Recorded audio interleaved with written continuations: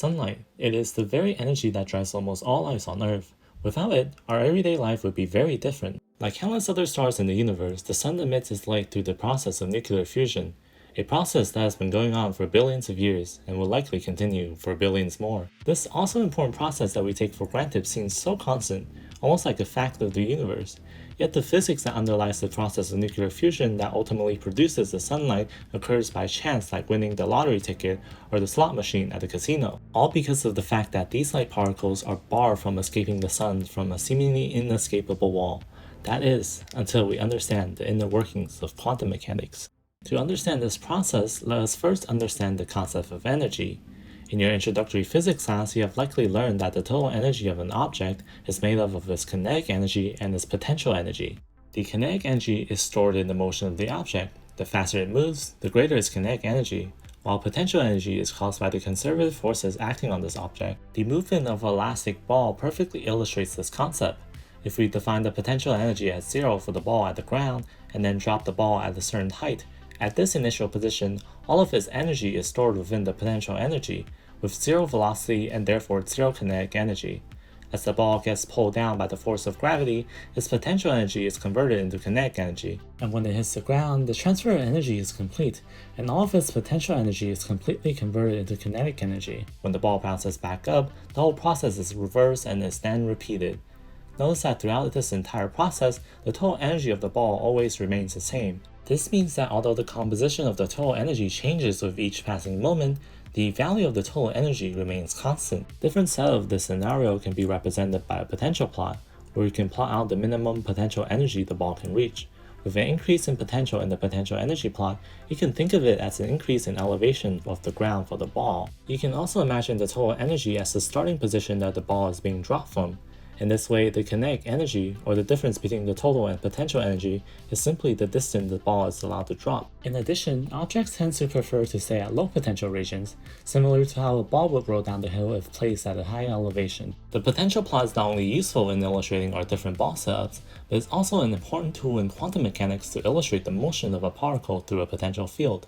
You see, in quantum mechanics, particles are often experiencing different push and pulls of forces depending on their position, which could be mapped out by a potential map. For example, the proton-proton interaction within the sun. As many may have learned in chemistry class, protons are positive particles that live within the nucleus of atoms. However, in our sun's core, they're mostly by themselves and zipping around at incredible speed just due to how hot it is. When two protons are close to each other, we can plot out the force one proton exerts on the other in a potential plot. Since both protons have a positive charge, they naturally repel each other. The closer they are, the stronger the repulsion force. However, when two proton particles are extremely close, they actually attract one another via the strong nuclear force, creating a ditch in the potential plot, which is why you find so many proton particles closely packed together in the typical nucleus. The ability of the proton being able to pass into this hole is the first step into nuclear fusion occurring within the sun, leading to the creation of helium atoms and releasing a massive amount of energy in the process, energy that's released in the form of light and ultimately sustain life here on Earth. However, there's just one problem. Despite the high energy of each proton particles within the sun, the total energy of each individual proton is still not as high as the potential energy barrier created by the repulsion force. Using our classical understanding of the world, the proton must have traversed through this potential barrier to reach the hole on the other side. However, that would be impossible since the proton energy is lower than the potential energy required to cross the barrier. It would be like dropping the ball inside the Earth and expecting it to bounce. So how does nuclear fusion occur within the sun? The answer is quantum tunneling. First, we need to talk about the basics of quantum mechanics. The foundational equation for all of quantum mechanics is the Schrodinger's equation, and while it may look intimidating at first, it's actually just another way of saying that kinetic energy plus potential energy is equal to the total energy. The big difference in this equation is that we use this variable psi instead of the position of the particle, and psi is referred to as the wave function of the particle. This is because quantum particles have wave-like properties, so instead of having a definitive position in some location, they have a probability of being in a spread of locations. The simplest form of the wave function is that of a plane wave. Notice how the wave number, or how fast the wave oscillates, is dictated by the total energy minus the potential energy, which will be important later. This plane wave exists both in the real and the imaginary axis.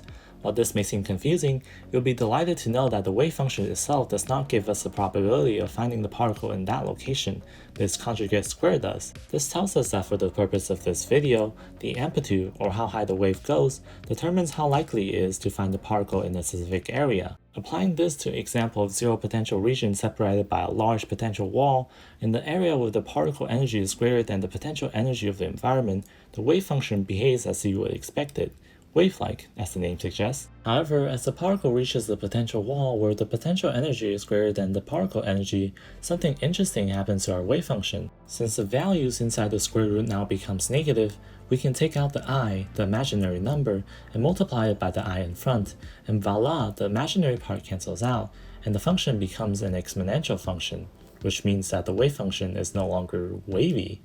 We see that the wave function now decays, and how much it decays depends on the strength and width of this potential wall. Nonetheless, due to how exponential functions work, the value of the wave function can never decay to zero, and as the wave function crosses back into the zero potential region on the other side of the potential wall, it returns this wave-like oscillation once again. Only this time, the amplitude of the wave is significantly reduced in order to match the value that it decayed to through the wall. In reality, the behavior of the wave function is more complex and nuanced than everything described here, but this simple illustration should provide you with an overview of the wave function's general behavior. All this math talk may seem a bit abstract, so what does it mean in terms of the probability of the particle being in a certain location? Again, for the regions where the wave function behaves like a wave, we can just simply look at the amplitude and determine that the probability of the proton being there, in which we can notice that it's possible to find the particle on the other side of the potential wall, albeit significantly less than probability outside the wall. Not only that, for the region inside the wall, the probability is non-zero, though it does decay the further the particle is inside. If we look at the overall picture, it almost looks like the probability of the particle's location leaks through the classically impenetrable wall, quantumly tunneling inside of it to reach the other end. This is basically what happens in the proton-proton potential inside the sun's core. Though this potential is more smooth and complex in our example, the basic structure of the two is the same. Two low potential regions separated by a potential wall. And this quantum tunneling effect is exactly what drives the nuclear fusion process within the sun. Although the chance of quantum tunneling occurring is extremely low for this proton-proton interaction, about 1 in 10 to the 28th, there is simply an astronomically large amount of proton particles inside the sun's core, about 10 to the 57, for a steady number of protons to fuse together throughout the sun's lifetime. Taking a step back, we should appreciate the fact that though quantum tunneling is one of the most fundamental effects of the universe, it's just so weird. The concept of a potential wall may seem abstract, but it could be represented by many different barriers in our world, namely an actual physical wall. Therefore, quantum mechanics tells us that there is a non-zero chance for you or any human beings to phase through a wall, though calling the probability non-zero is a bit disingenuous. Due to the massive amount of particles in your body and the huge distance of a normal wall on the quantum scale, the probability is so low that the universe could end several septillion times over before such an event would occur. But yes, I'm telling you that there is a chance for you or anyone in the world to do something that for all intents and purposes is impossible. And that is the universe's ultimate motivational speech to us all, to get out there and do the impossible. Except, maybe don't try running headfirst into a wall.